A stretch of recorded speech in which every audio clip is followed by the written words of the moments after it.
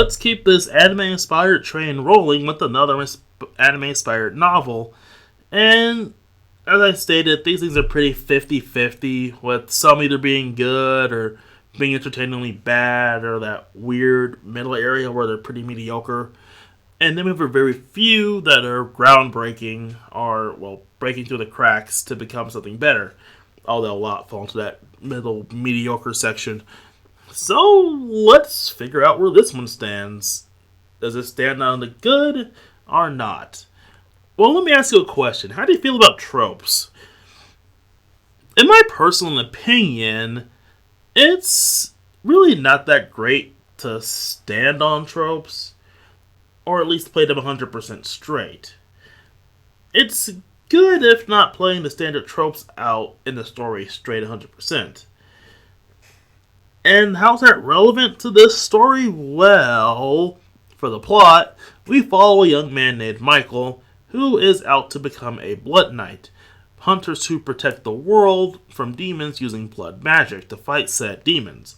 These hunters are trained in various academies, so insert Ruby jokes here, with the one we're following this time being Sanguine Academy, a school that teaches, well, again, magic to fight demons and protect the land. Michael essentially wants to do this, well, not only because he comes from a disgraced noble family and wants to repair his family's reputation, but also after surviving a demon attack from when he was younger, motivated him to, well, become a hunter to protect those and others.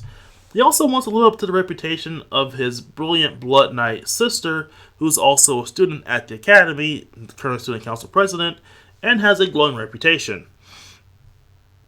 So yeah, things are set for Michael to become the next great Blood Knight.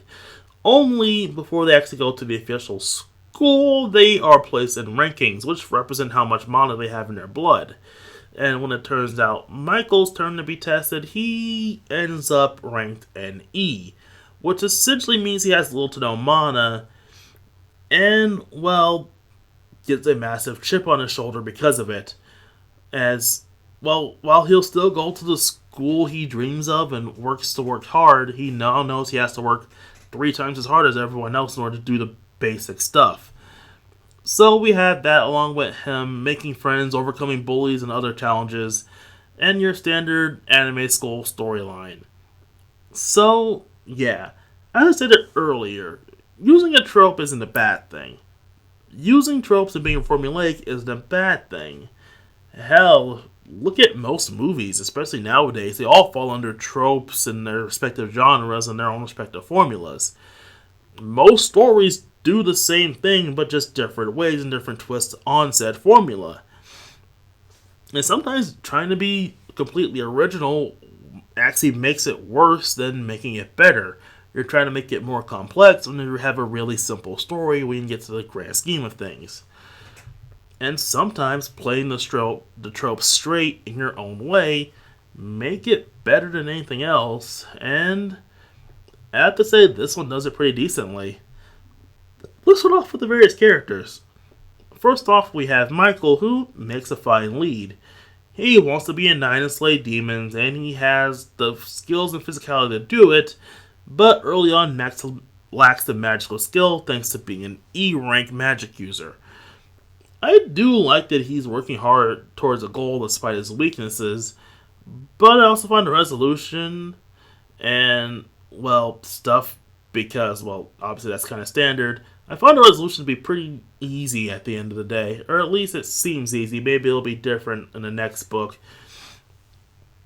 As well, this all ties back to said incident in his childhood where he was almost killed by a demon.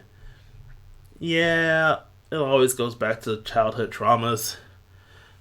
As for the other characters, they're less interesting and more tropey. The characters around Michael fill their roles, but not much else. There's the best friend character, the love interest, the second love interest, and the older sister character who, thank God, is not in love with her brother. I mean, seriously, this is anime inspired, and like half the time in anime, it's a roll of the dice if the sister wants to bang her brother or not. I'm happy this is a no. Outside of their relationships to Michael and becoming a Blood Knight, they don't have much character outside of their gimmicks, such as the best friend character, whose name I forget, telling bad jokes. Like, he has bad jokes, family of excellent alchemists, and wants to be a blood knight. That's basically his character in a nutshell. I don't say that's bad or anything, but it does leave him pretty bare.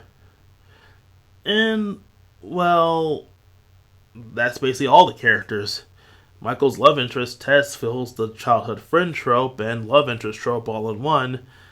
And outside of actually getting together with Michael in the halfway point of the book rather early on, doesn't really do anything to change that. I mean, outside of having the sex, because they do bang partway through the narrative at least twice. And honestly, I'm bad at judging sex scenes. Either I'm in the moment and can kind of picture it, or I can't. In this case, I really can't. And honestly, the second one feels really weirdly wish-fulfilling, because honestly, the characters kind of feel weird doing it in this scenario. Like, I won't go into detail about the scenario in question, but it feels really weird and out of character for some of these people. I said people as in more than just the two, because there's a third person involved, and it feels really weird that they're involved. And not that it's a threesome, because it's technically not, but still. It's a really weird scene. But yeah, outside of that, the characters fill their roles and play pretty well off each other. Like, outside of a few moments that are there for the drama, they feel like they are friends, which is good. The dialogue itself is also pretty well done, and, well, I guess it has to be pretty well done. The characters have good play off each other. The action's pretty good, because, of course, this is a series where there's going to be a lot of fighting. So, the action's pretty good. The magic system, but this blood basis as a medium, is a pretty decent one. It shows a very clear limit, because, well, when your blood runs out, of course you're basically screwed. Of course, they have potions to fix that and mitigate the issue, but, again, once your blood runs out, you're essentially screwed. If anything, my major complaints fall into the world setting, because it's honestly very dry. Like, it feels like your standard fantasy world with magic and demons living in the shadows, and the magic adventure fantasy school. But outside of that, it's basically the standard setup of that. Like, there's a king apparently, but we don't really go into the politics. I mean, we don't have to. But you think that the king or whatnot would have a bit more say in the people who fight the demons in this country. Overall, this is a very tropey book, but it uses its tropes well, and I think this is a good setup volume. A good setup to see what might come next. I'm curious to see where the story will go. I know it'll go in one direction, because this is marketed as a harem series, and there's a love triangle that is mostly resolved by book's end, which is pretty good. At least everyone's feelings are out there. But I know these three will eventually form a harem, and, well, a three-way isn't a harem. It needs at least 3 girls to be a full harem, people. That's the harem law. And I hope the third girl isn't the sister. Let's just say that I don't want to take any chances on this. But yeah, overall, I do find this book enjoyable. But again, if tropes are a big deal for you, then don't dig any deeper. I know some people hate tropes in their narrative, even though when you look at it, tropes are in everything. So yeah, until next time, everybody.